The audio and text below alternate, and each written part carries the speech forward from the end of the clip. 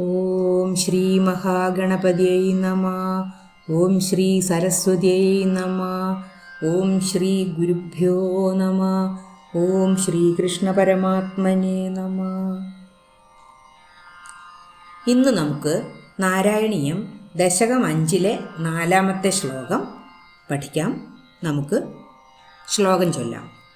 മായാസന്നിഹിതോ പ്രവിഷ്ടവപുഷാ സാക്ഷീതി ഗീതോ ഭവാൻ ഭേദൈസ്താം പ്രതിബിംബതോ വിവിശിവാൻ ജീവോപി നൈവാപരഃ കാലാദിപ്രതിബോധിതാത ഭവതാ സഞ്ജോദിതാ ച സ്വയം മായാ സാ ഖലു ബുദ്ധിതത്വമസൃജദ്യോസൗ മഹാനുച്യത്തെ. നമുക്ക് ആദ്യത്തെ 2 വരികളുടെ അർത്ഥം നോക്കാം. മായാ സന്നിഹിതോ അപ്രവിഷ്ടവപുഷ സാക്ഷീതി ഗീതോ ഭവാൻ. മായാ സന്നിഹിതോ, മായാ സന്നിഹിതഃ, മായയുടെ അടുത്ത് സന്നിഹിതനായിട്ട്, മായയുടെ സമീപത്ത് നിന്നിട്ട് അല്ലെങ്കിൽ മായയുടെ അടുത്തു തന്നെ നിന്നിട്ട് അപ്രവിഷ്ടവപുഷ, അപ്രവിഷ്ടം പ്രവേശിക്കാത്ത, വപുഷ രൂപത്തോടു കൂടിയവനായിട്ട്, അപ്രവിഷ്ടവപുഷ മായയുടെ ഉള്ളിലേക്ക് പ്രവേശിക്കാത്ത സ്വരൂപത്തോട് കൂടിയവനായിട്ട് അങ്ങ് നിൽക്കുന്നു. സാക്ഷീതി ഗീതോ ഭവാൻ. സാക്ഷീതി, സാക്ഷി ഇതി, സാക്ഷി എന്ന്, ഗീതോ ഗീതഃ പറയപ്പെടുന്നു, ഭവാൻ അങ്ങയെ. ഭഗവാനെ, അങ്ങ് ഈ സൃഷ്ടികർമ്മം നടത്തുവാനായിട്ട് മായയുടെ ഒപ്പം നിൽക്കുന്നു. എന്നാൽ മായയിലേക്ക് പ്രവേശിക്കാത്ത സ്വരൂപത്തോട് കൂടിയവനായിരിക്കുന്നു. അതുകൊണ്ട് അങ്ങയെ സാക്ഷി എന്ന് പറയപ്പെടുന്നു. ഇനി അടുത്ത വരിയുടെ അർത്ഥം നോക്കാം.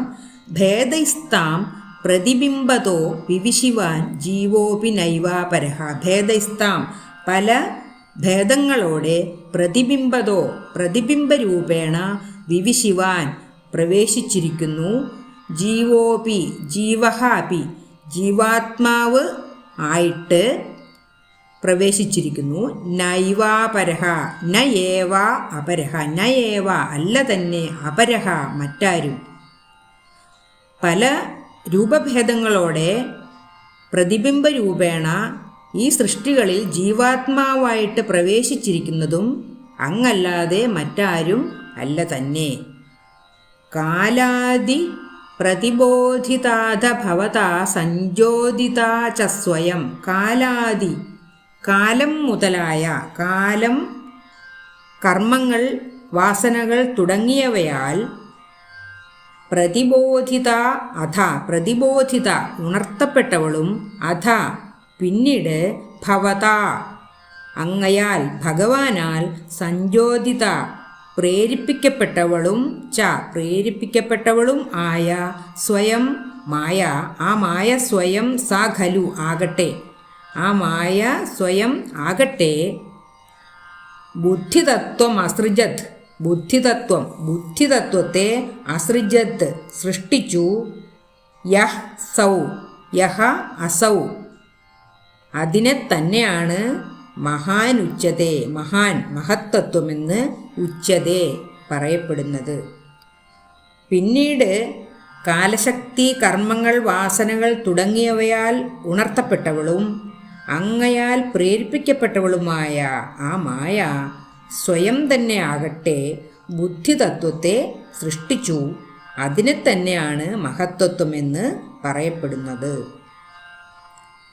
ഇനി നമുക്ക് ഈ ശ്ലോകത്തിൻ്റെ ഒരുമിച്ചുള്ള അർത്ഥം ഒന്നുകൂടി പറയാം. സൃഷ്ടികർമ്മങ്ങളിൽ ഭഗവാൻ മായയുടെ ഒപ്പം നിൽക്കുകയും എന്നാൽ മായയിലേക്ക് പ്രവേശിക്കാത്തവനായും ഒരു സാക്ഷിയെപ്പോലെയും നിലകൊള്ളുന്നു. എന്നാൽ സൃഷ്ടി നടക്കുമ്പോൾ ഓരോരോ സൃഷ്ടിയിലും പ്രതിബിംബരൂപേണ അവയുടെ ജീവാത്മാവായിരിക്കുന്നതും ഭഗവാനല്ലാതെ മറ്റാരുമല്ല.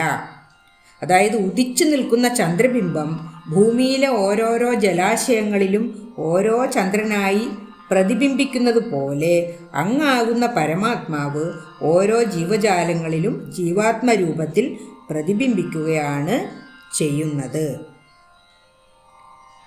അങ്ങയാൽ പ്രേരിപ്പിക്കപ്പെട്ടവളും ഈ കാലശക്തി അല്ലെങ്കിൽ കർമ്മങ്ങൾ, വാസനകൾ തുടങ്ങിയവയാൽ ഉണർത്തപ്പെട്ടവളുമായ ആ മായ സ്വയം തന്നെ ബുദ്ധിതത്വത്തെ സൃഷ്ടിക്കുന്നു. അതിനെ തന്നെയാണ് മഹത്തത്വം എന്ന് പറയുന്നത് എന്നാണ് ഈ ശ്ലോകത്തിൽ പറയുന്നത്.